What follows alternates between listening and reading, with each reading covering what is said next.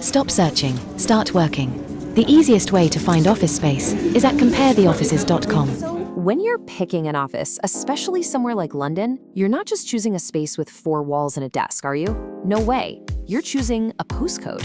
You're making a statement. You're crafting an identity. And today, we're putting 2 of London's most iconic districts right up against each other in a real showdown for your business's soul.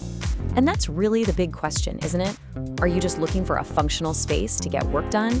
Or are you after a physical statement that tells your clients, your team, and hey, the whole world, exactly who you are? This choice, it gets right to the very heart of your company's philosophy. And here they are, our 2 main contenders. In one corner, you've got Mayfair. Think of it as the establishment, the polished, prestigious heart of London that's been synonymous with global finance and luxury for, well, forever. And in the other corner, Shoreditch, the innovator, the creative, disruptive hub that's basically become London's tech capital. Okay, let's get this thing started. Round 1 is all about location and the unique atmosphere, the vibe that each of these neighborhoods brings to the table. You know, this is all about those crucial first impressions. Right off the bat in Mayfair, you feel that sense of history and, gravitas.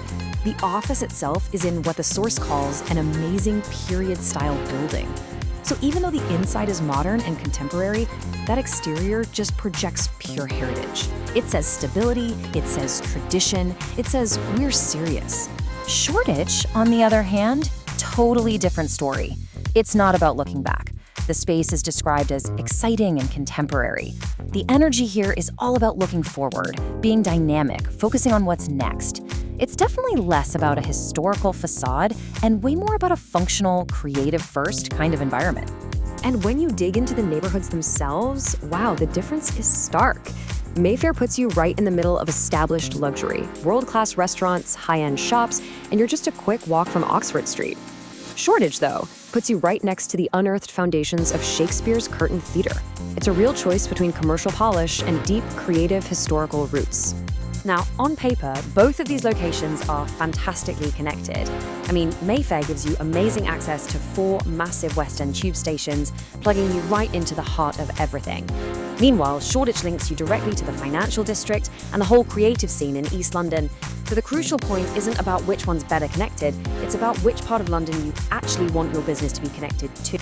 All right, let's step inside.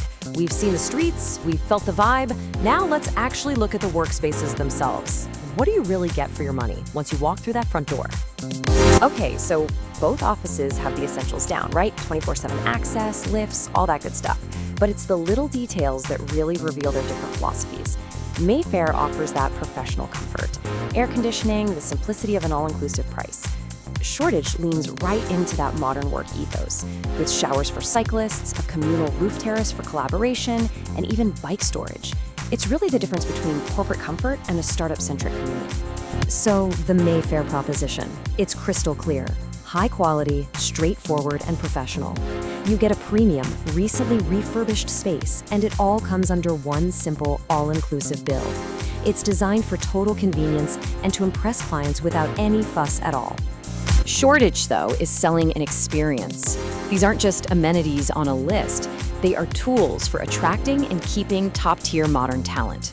They send a signal that your company values work-life balance, collaboration, and a really vibrant team environment. Okay, let's head into the final round, and this is the one we've all been waiting for. We're talking about the bottom line, price and perks. What's all this prestige and energy actually going to cost you? So for that world-renowned Mayfair address, the high-end refurbishment, and that all-inclusive simplicity, the price tag comes in at £720 per calendar month. And for the dynamic Shoreditch atmosphere, all the lifestyle parks, and being right in the tech scene, the cost is just a little bit under that, at £688 per month. So when you look at them side by side, it's pretty clear Shoreditch is a little cheaper. But we're not talking about a massive price gap here. The difference is only about £32 a month, which makes the decision even less about your budget and way, way more about value and identity. And that, of course, brings us to the most important question of all. Forget the raw numbers for a second. What value are you actually getting for that monthly payment? Well, in Mayfair, your money buys gravitas. It buys a world-renowned address that speaks volumes before you even say a word. it also buys that seamless convenience. In Shoreditch, your money buys a dynamic culture, an environment that's literally designed to attract top creative and tech talent. It buys community and a vibrant, forward-thinking energy. So after 3 rounds, how do you make the final call? Well, the decision doesn't rest on which office is objectively better, but on which office better tells your company's unique story. The verdict is yours to write, really. If your brand is built on decades of trust, authority, and that polished client experience, Mayfair is your stage. But if your brand is all about disruption, creativity, and building a dynamic team atmosphere, Shoreditch is your platform. It all boils down to one simple question. Are you defined by heritage or by innovation?